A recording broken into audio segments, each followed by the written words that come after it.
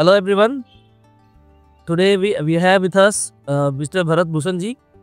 इन्होंने assistant director cost exam clear किया हुआ था पहले एंड अभी ये काम कर रहे हैं कृषि भवन में बेसिकली. एंड तो अभी जैसे आपको पता होगा कि रिसेंटली रिजल्ट आई है असिस्टेंट डायरेक्टर कॉस्ट की, ठीक है ना. तो अब इसके बाद का प्रोसेस क्या होगा वो इनसे जानते हैं, बिकॉज इन्होंने ऑलरेडी क्वालिफाई किया हुआ है एंड इन्होंने not only assistant director cost का, इसके अलावा और भी PSU का एग्जाम भी इन्होंने क्वालिफाई किया हुआ है. तो आइए चलते हैं, बात करते हैं इनसे, ठीक है. तो पहले हाय फ्रेंड्स. तो पहले मेरा एग्ज़ाम सबसे पहले मैंने पंजाब सिंध बैंक क्लियर किया था, उसके साथ में मेरा यूनियन बैंक भी निकला था. अब बिकॉज ऑफ मेरी आउटसाइड पोस्टिंग स्टेशन पोस्टिंग की, जिसकी वजह से मैंने पंजाब सिंध बैंक ज्वाइन किया. पंजाब सिंध बैंक ये जो उसने हेडक्वार्टर राजेंद्र प्लेस पे पोस्टिंग दी थी. उसके बाद बैंक में बिकॉज ऑफ हैक्टिक इन्वायरमेंट मैंने वहाँ पर फिर छोड़ा. उसके बाद मैंने राइट्स ज्वाइन की. राइट्स से मैंने 3.25 साल काम किया, जो कि एक अच्छा इन्वायरमेंट था मेरे लिए. उसके बाद मेरा जब AD कॉस्ट का एग्ज़ाम क्वालिफाई हुआ तब मैंने AD कॉस्ट ज्वाइन किया. एग्ज़ाम का लेवल ठीक है, टफ था, लेकिन क्लियर हो गया. उसके बाद 2 या 3 महीने बाद जब एग्ज़ाम का रिज़ल्ट आया, उसके बाद इंटरव्यू हुआ. इंटरव्यू में जो क्वेश्चंस बेसिकली पूछे जाते हैं, क्योंकि काफ़ी सारे बच्चों का अभी क्वालिफाई हुआ होगा, उसमें जो क्वेश्चंस बेसिकली पूछे जाते हैं उसमें जनरल अवेयरनेस के रिगार्डिंग भी पूछे जाते हैं. जैसे मेरा पहला क्वेश्चन था, जैसे ही मैं घुसा हॉबीज़ के ऊपर, कि आपने हॉबीज़ के रिगार्डिंग लिखा है कि आपने जनरल अवेयरनेस में, करंट अवेयरनेस में, फाइनेंशियल अवेयरनेस में आप अपडेट रहते हो, तो कैसे रहते हो. और उन्होंने एक ट्रिकी क्वेश्चन भी मेरे से पूछा कि आपका रोल नंबर क्या है एंट्री करते ही. तो जैसे उन्होंने पूछा कि जनरल अवेयरनेस में अपडेट कैसे रहते हो, तो उससे 2-3 दिन पहले मॉनेटरी पॉलिसी आई थी RBI की, तो मैंने वो बता दिया उनको. उसके बाद फिर कॉस्ट से रिलेटेड काफ़ी सारे क्वेश्चंस थे जो कि मैंने अच्छे तरीके से हैंडल किए. बाकी interview is more about luck, क्योंकि इंटरव्यू में जो क्वेश्चंस पूछे जाते हैं, कभी कभार आपको क्वेश्चंस के आंसर पता होंगे, कभी कभार नहीं पता होंगे, लेकिन जो भी आप आंसर करोगे, अगर वो कॉन्फिडेंस से आंसर करोगे तो डेफिनेटली वो आपको कंसिडर करेंगे. जी. और जी अब ये बताइए कि जैसे जो क्वेश्चन नहीं आता है किसी को, सपोज कीजिए, उसको कैसे डील करना.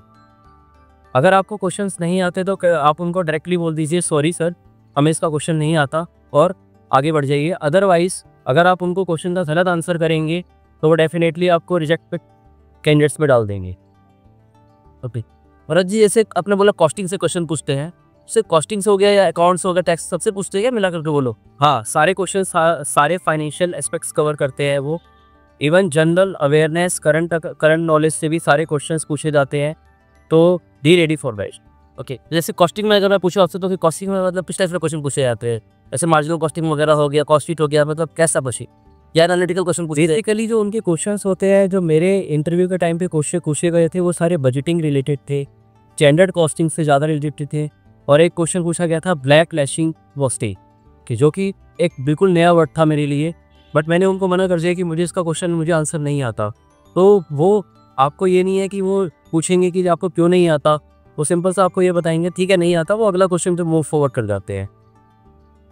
तो जैसे कॉस्टिंग में ऐसा हो गया बेसिकली. हाँ. और एक और मेरे से क्वेश्चन पूछा गया था जो मुझे याद आ रहा है, कि जो रेलवे बजट है वो कब सेपरेट हुआ था, रेलवे बजट कब मर्ज हुआ था. तो उनको आपको साल नहीं पता, लेकिन आपको ये पता होना चाहिए कि हाँ रेलवे बजट सेपरेट हुआ था, एटलीस्ट आप उतना तो उनको बता दो. अच्छा भरत जी, इसमें वर्क का प्रोफाइल मेनली क्या होता है. हाँ, तो अगर मैं वर्क प्रोफाइल की बात करूँ तो मोर और लेस हमारी जो वर्क प्रोफाइल होती है कॉस्टिंग से रिलेटेड होती है. जो भी हमने स्टैंडर्ड कॉस्टिंग पढ़ी होती है, जो भी हमने बजटिंग पढ़ी होती है, वो हम सारा कॉस्टिंग की वेरिएंस की एनालिसिस करते हैं. जैसे कि मेरी प्रोफाइल, मैं अभी मिनिस्ट्री ऑफ कंज्यूमर अफेयर्स से हूँ, department of food and public distribution. उसमें जो मेरी प्रोफाइल है, उसमें हमारे पास स्टेट्स का सारा डाटा आता है. जो भी अब गवर्नमेंट सब्सिडी देती है उसके अंदर स्टेट्स का डाटा होता है. स्टेट्स के डाटा को बेसिकली हम एनालिसिस करते हैं कि जो हम उनको कॉस्ट दे रहे हैं, क्या वो कॉस्ट सही है या गलत है.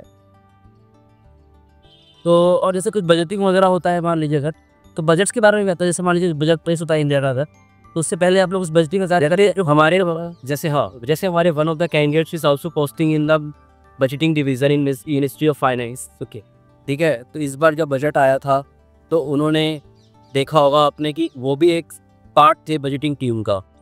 सो बेसिकली इसमें बजट से रिलेटेड भी आता है. एंड अच्छा, इसका पोस्टिंग कहाँ हो सकता है, कौन कौन से डिपार्टमेंट में हो सकता है ऐसा.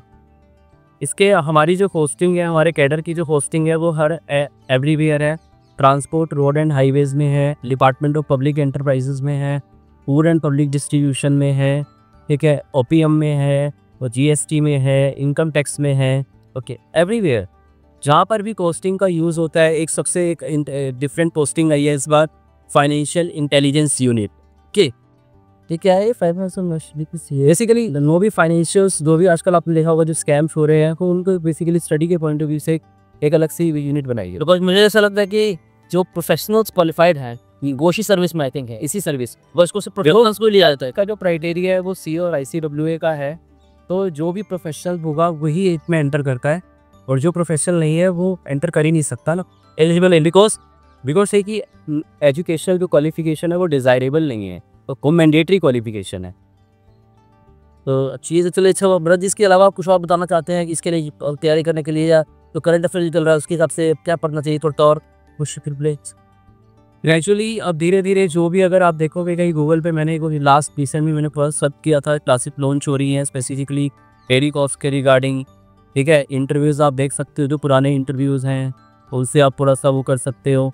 जो भी ऐसे आप IAS के इंटरव्यूज़ देखते होती हैं वो कैसे टैकल करते हैं, क्योंकि UPSC में कहीं ना कहीं मोर और लेस जो क्वेश्चन पूछे जाते हैं वो उन कुछ एक्सपर्ट फीस भी बैठे होंगे जो कि आपका सिर्फ टेक्निकल नॉलेज आपको जज करेंगे। एक बंदा होगा जो आपका सिर्फ बॉडी लैंग्वेज जज करेगा, एक बंदा होगा जो एक करंट अवेयरनेस, जनरल अवेयरनेस जो आपने फॉर्म में लिखा होगा, एप्लीकेशन फॉर्म में, उसके रिगार्डिंग भी क्वेश्चन होंगे। ओके, तो बेसिकली ओवरऑल करंट अफेयर के आसपास के ही क्वेश्चन पूछा जाए, करंट अफेयर आपसे इंटरव्यू पूछे जाएंगे, टेक्निकल नॉलेज के, एंड आपका जो एक्सपीरियंस होगा, आपने जो काम किया है उसमें। अच्छा भरत जी, मैं तो ये बोलना चाहूँगा, मैं तो पूछना चाहूँगा बेसिकली आपसे कि जैसे बहुत बच्चे जो है फ्रेशर्स हैं, ठीक है ना, फ्रेशर चार्टर्ड अकाउंटेंट है, फ्रेशर कॉस्ट अकाउंटेंट्स हैं, तो वो कह रहा है कि जनरली हमने देखा है इसमें कि एक्सपीरियंस वालों का ही सिलेक्शन हो रहा है, तो ऐसा तो कुछ नहीं है ना इसमें? नहीं, एरिया नहीं है भाई, और नहीं लेंगे उनको। एक हमारे कैंडिडेट, हमारे जब इस बार सिलेक्शन हुआ था लास्ट, उसके अंदर ही बच्चे ने क्वालिफाई किया था, he is just 22 years old. Okay, हाँ, इस बार हमारे लिए एक बच्चे ने क्वालिफाई किया है, उसका पॉलिसी थी या साथी उसके। हाँ, तो ऐसा कोई क्राइटेरिया नहीं है, मतलब सिलेक्शन होता है ना फ्रेशर का भी, अगर है तो फ्रेशर होंगे तो उसका भी सिलेक्शन होगा, जो एक्सपीरियंस होगा उसका भी सिलेक्शन होगा, बिकॉज UPSC ने डिजायरेबल में 3 ईयर्स का एक्सपीरियंस मांगा है, मैंडेटरी में नहीं मांगा है। मेनली मैटर ये करता है कि अपने इंटरव्यू में सारे सवालों का जवाब दिया या नहीं दिया। हाँ, अगर आप सारे सवालों का जवाब दे सकते हैं तो you are selected. That's it. Thank you Bharat ji आने के लिए, अपना इंपॉर्टेंट टाइम देने के लिए। Thank you.